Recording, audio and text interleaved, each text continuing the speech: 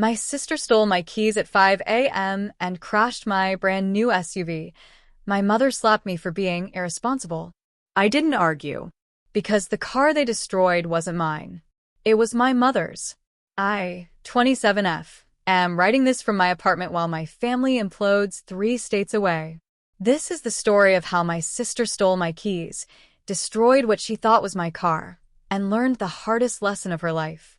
The background. I'm the oldest daughter in a family that never wanted me to be. My sister Jenna, 23F, has been the golden child since birth. Pretty, social, charming. The daughter who could do no wrong.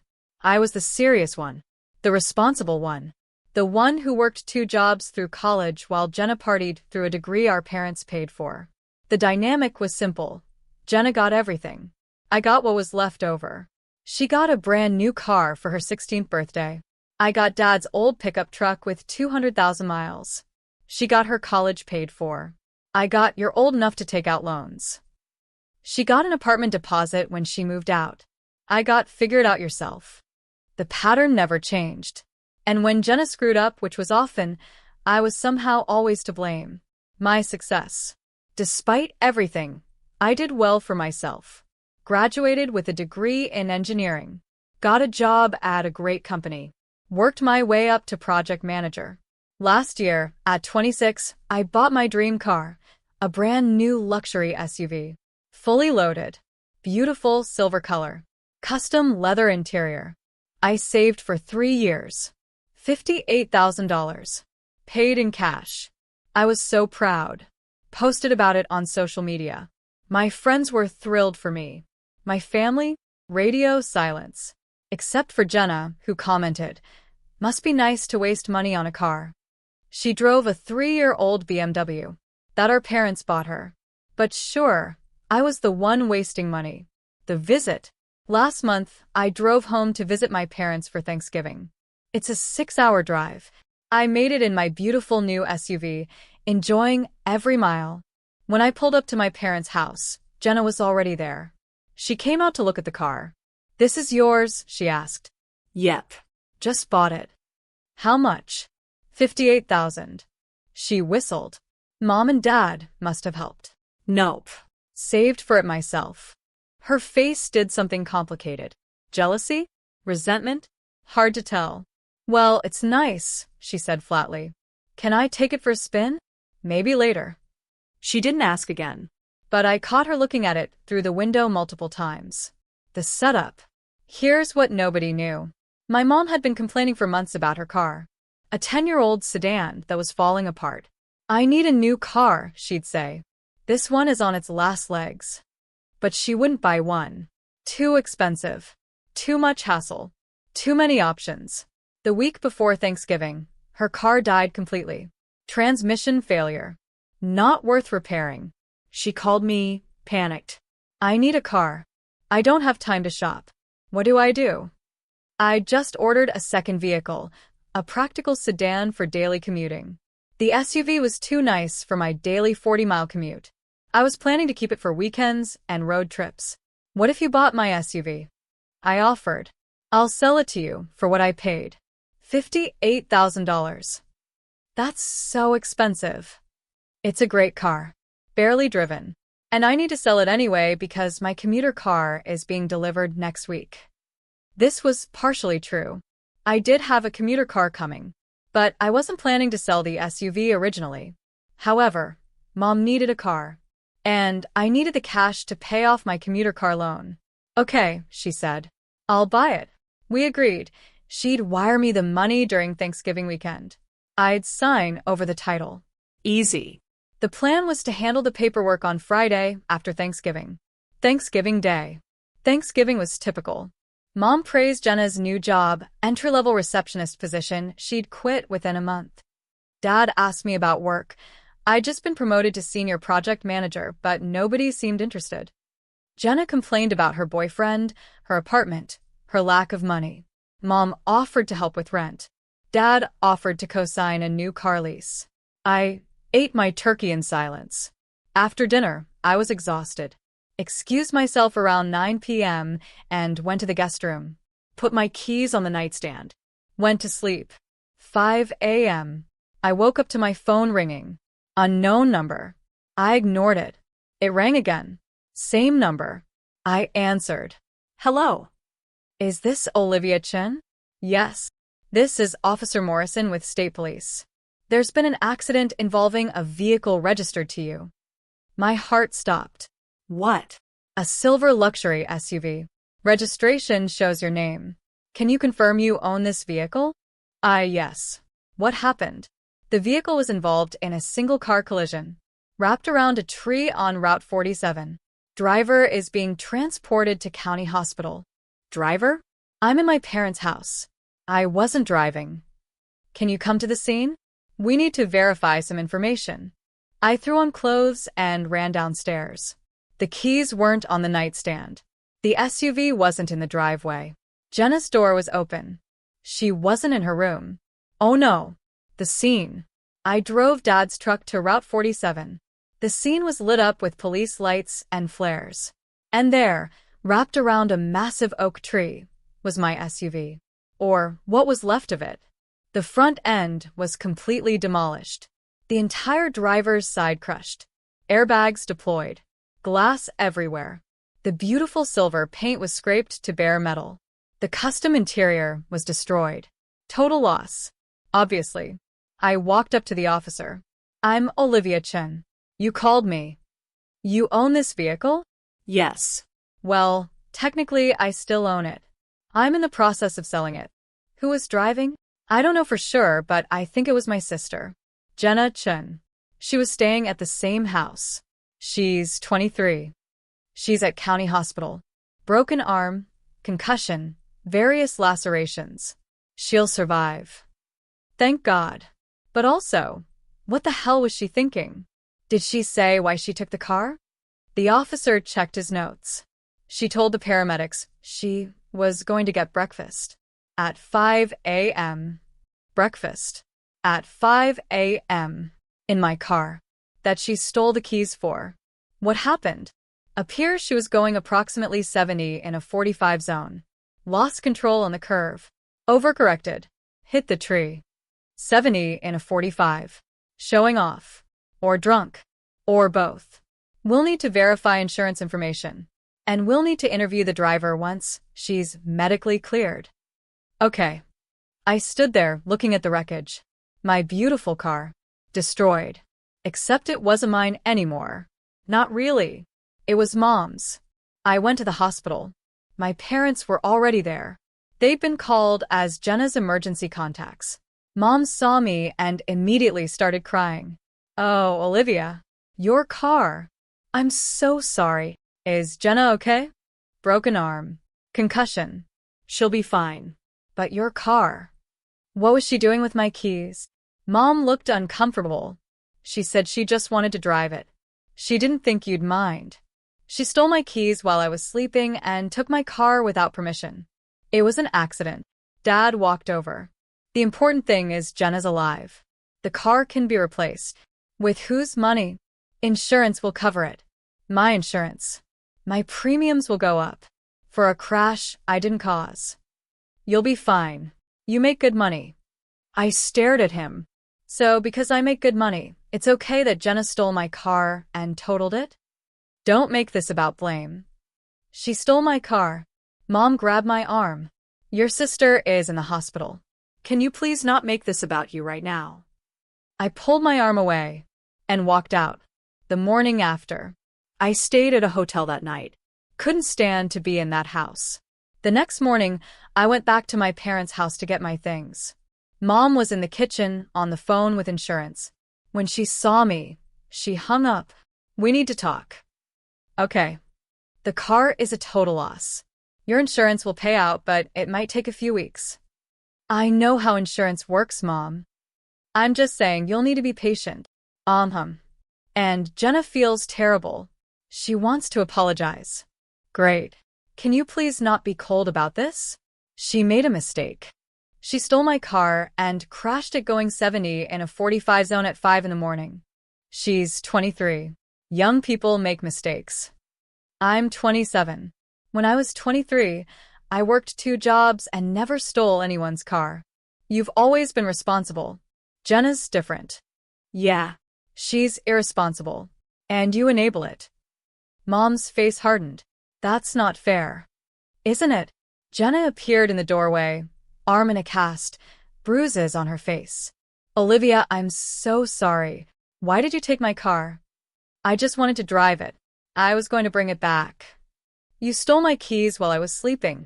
I didn't think you'd mind. You crashed it going 70 miles an hour. It was an accident. An accident you caused by stealing my car and driving recklessly. Why are you being such a bitch about this? Jenna yelled. And that's when Mom slapped me. Across the face. Hard. The room went silent. Do not talk to your sister that way, Mom hissed. She's hurt. She's traumatized. And all you care about is your stupid car. I touched my cheek. It was burning. Stop accusing your sister. Mom continued, her face twisted in rage. It was an accident. She feels terrible. Show some compassion. I looked at Mom, then at Jenna, then at Dad, who stood in the corner, silent. I didn't argue. I didn't shed a tear. I simply picked up my bag and walked toward the door. Where are you going? Mom called. Home. We're not done discussing this. Yes, we are. I got in Dad's truck, mine was still at the hotel, and drove away. And I smiled. Because I knew something they didn't. The revelation. I waited until I was home, 6 hours away, before I sent the text. To the family group chat. Quick update on the car situation. I know everyone's concerned about the accident. Good news is it's all sorted out. Bad news is, Mom, your new car is totaled. The paperwork hadn't been finalized yet, but we had a verbal agreement that you were buying my SUV for $58,000. The money was supposed to be wired Friday. I'm sure your insurance will handle the claim, but you'll need to file it under your name since you're the buyer. Let me know if you need the purchase agreement we discussed. Hope Jenna's feeling better. Olivia. I turned my phone off and waited. The aftermath. I turned my phone back on the next morning. 97 missed calls. 143 text messages. Let me summarize the greatest hits. Mom. 6:47 p.m. Call me now. Mom. 6:52 p.m. Olivia, answer your phone. Mom. 7:15 p.m. You said that was your car. Mom. 7:23 p.m. I don't understand. Are you saying the car I was buying is the one Jenna crashed? Mom. 7:45 p.m. Call me. Dad. 8:03 p.m. Your mother is very upset. Call her. Jenna. 8:34 p.m. Wait, I crashed Mom's car? Jenna. 8:36 p.m. Why didn't you say something? Jenna. 8:41 p.m. This is your fault for not telling us. Mom. 9:15 p.m. How could you let us think it was your car? How could you let me slap you without saying anything? Mom. 9:52 p.m. You set me up. You set up your own mother. And my personal favorite. Mom. 10:34 p.m. What kind of daughter are you? I replied to the group chat. The kind who doesn't appreciate being slapped for something I didn't do. The kind who doesn't appreciate being called names while her sister faces 0 consequences for stealing and reckless driving. The kind who is trying to help her mother buy a good car at a fair price. You assumed the car was mine because it was registered to me. I never said whose car it was after the crash. You all made assumptions. Now you know better. As for the car, Mom, you can file the insurance claim since you were the buyer. My insurance won't be affected since we had a purchase agreement. Jenna, you crashed Mom's car, not mine. Take it up with her. I'm done. Olivia. Then I left the group chat. Mom called from every number she had access to. I answered once. How could you? She screamed. How could I what? Sell you a car? Try to help you.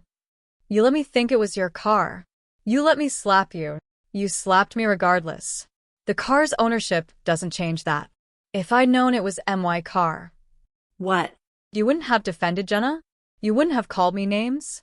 You would have been furious at Jenna instead of me. Silence. Exactly. So the only difference is who files the insurance claim. You deliberately withheld information. I tried to tell you at the hospital. You told me to stop making it about me. You told me to show compassion for Jenna. So I did. I left. You should have told me. Why? So you could protect Jenna from consequences again? So you could blame me anyway? You've been protecting her for 23 years. Maybe it's time she learned actions have consequences. She could have died. And whose fault would that have been? Mine for owning a car? Or hers for stealing keys and driving recklessly? Mom was crying now.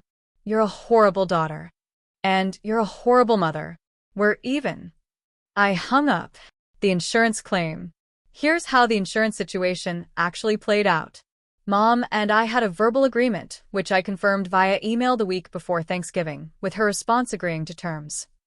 The car was still registered in my name, but we had a documented purchase agreement. Mom's insurance had to cover the claim since she was the buyer at the time of the accident. My insurance wasn't affected at all. The car was totaled.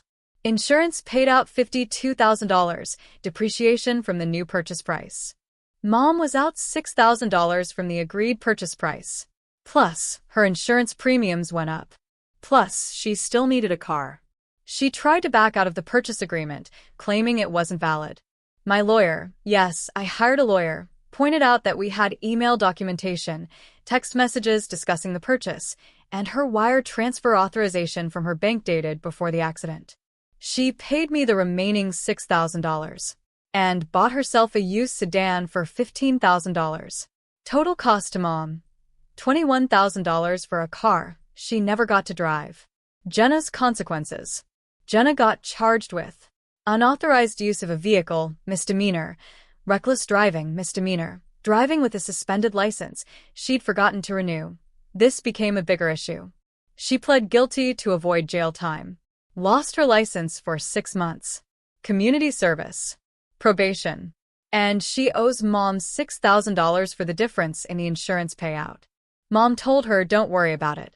Of course she did. The family fracture. My extended family took sides. Team Olivia. Good for her. About time Jenna faced consequences. Team Mom/Jenna. She set up her own mother. She's cold and calculating. I didn't argue with either side. I just went back to my life. My new commuter car is great. Practical. Reliable. I never replaced the luxury SUV. Didn't need it. Used the $58,000 from Mom to pay off my commuter car and put the rest in savings. 6 months later. I got an email from Mom last week. Subject: Can we talk? Olivia. It's been 6 months since Thanksgiving. I've had a lot of time to think. You were right. About everything.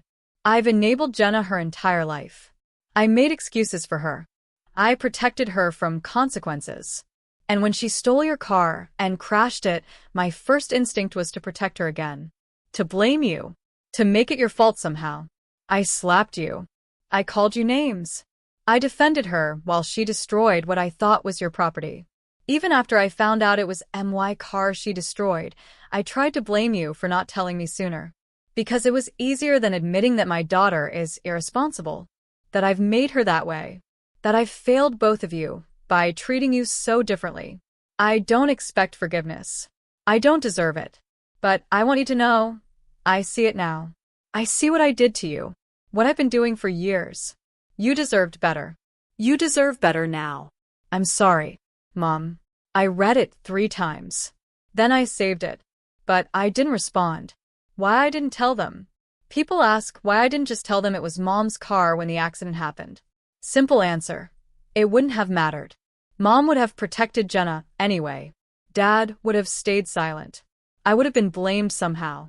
The only difference was who paid for it. And frankly, I was tired of paying for Jenna's mistakes. Tired of being the responsible one while she was the fun one. Tired of being blamed while she was excused. Tired of the double standard. So I let them think it was my car. Let Mom slap me for something I didn't do. Let them defend Jenna. Let them make assumptions. And when the truth came out, they had to face what they'd done. Not to my car. To me. For years. The real cost. The car wasn't the point. The car was just the catalyst. The real cost was the realization, for all of us, of the family dynamic we'd been living in. where Jenna's mistakes were always excused, where my achievements were always downplayed, where I was expected to be responsible, understanding, and forgiving while she was allowed to be reckless, selfish, and consequence-free. The car forced everyone to see it. Mom slapped the wrong daughter for the wrong reason over the wrong car. And that image of her hand on my face, defending the sister who just destroyed her own property, was something she couldn't unsee. Something none of them could unsee. I haven't been home since Thanksgiving. Skipped Christmas. Skipped Easter. Jenna's license was reinstated last month. Mom bought her another car. Of course she did. Some things never change. But I've changed. I don't answer every call. I don't justify every decision. I don't chase their approval. I built a good life. On my own. With my own money. By my own rules. And when my sister destroyed something valuable, I let the consequences fall where they belonged. Not on me. On them. To my mother. If you're reading this, I appreciate your apology. But an apology doesn't undo 27 years of being second best. It doesn't undo the slap. It doesn't undo the years of watching Jenna get everything while I got the leftovers. You see it now. That's good. But seeing it and changing it are different things. You already bought Jenna another car. So forgive me if I don't trust that anything's actually different. To my sister, you crashed Mom's car, not mine. But you would have crashed mine with the same lack of care. That's who you are. Someone who takes what isn't hers and destroys it because you've never had to face consequences. I hope the broken arm and the charges taught you something. But I doubt it. To anyone in a similar situation, if your family has a golden child and a scapegoat, you don't owe them correction when they're wrong. You don't owe them information they should ask for. You don't owe them protection from consequences. Sometimes the best thing you can do is step back and let the truth speak for itself. Even if it's painful. Especially if it's painful. Because pain is a teacher. And some people only learn the hard way. Final update. Jenna crashed her new car last week. Rear-ended someone while texting. Mom called me to vent about it. I listened politely.